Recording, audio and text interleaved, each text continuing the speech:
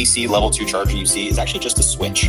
And when the vehicle plugs into it, the vehicle actually has the AC charger on board that says, hey, charger, I want this much power. Can you do that? Is it safe? The charger goes, yep.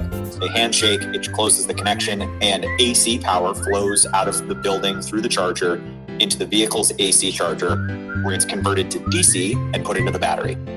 The important caveat for our discussion is most electric school buses do not support level 2 charging at all. They do not have AC chargers on board. It is an option that you have to spec with certain vehicles, and then other school bus OEMs, you can't even add AC charging, not even an option. And then the DC level 3 charger actually pulls the AC power from the grid, converts it to DC, and DC is stuck directly into the vehicle's battery. So there's no onboard charger on the vehicle. It is a direct pipe into the vehicle's battery, so it's pretty efficient.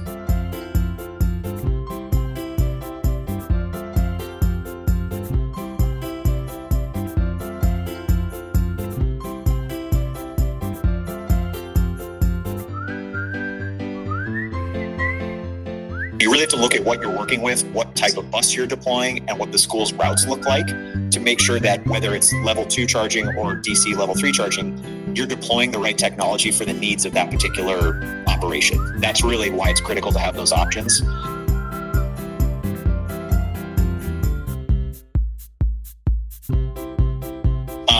Electric school buses, just writ large, should be deployed everywhere, rural or urban. We need to remove emissions from communities, full stop.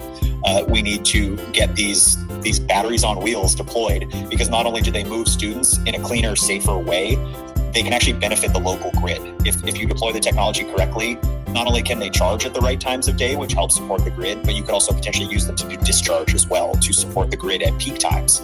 So bus is not in use, it's just sitting there. As long as it's plugged in, we can have it pull power from the grid if the grid needs us to use power, or push power back to support the community. And also, just sort of in general, fueling your bus with electrons, you have to make electrons pretty locally, even regionally. So you're fueling your vehicle on a local fuel. You're supporting local jobs, infrastructure. That's important to us. When you're not in something that's buzzing constantly, it really changes how you feel. And those drivers, that school bus, that's their office. They spend hours a day in that thing. And when it goes from being this smelly, vibrating thing that's poisoning you the whole time to this completely silent, smooth thing, it really changes how you feel in the day when you're not being bombarded by that. We've heard that kids are better behaved on the EV school buses, which I just did not believe, but the reason is interesting. So because the buses are so quiet, the kids don't have to yell over the sound of the engine and the transmission, so that naturally just kind of brings the baseline energy down, and then they find that the kids are just better behaved. People who are neurodivergent, who have all of these other things they're dealing with, those school buses actually mess with them. And when that goes away, they get to school ready to learn, ready to have a better day.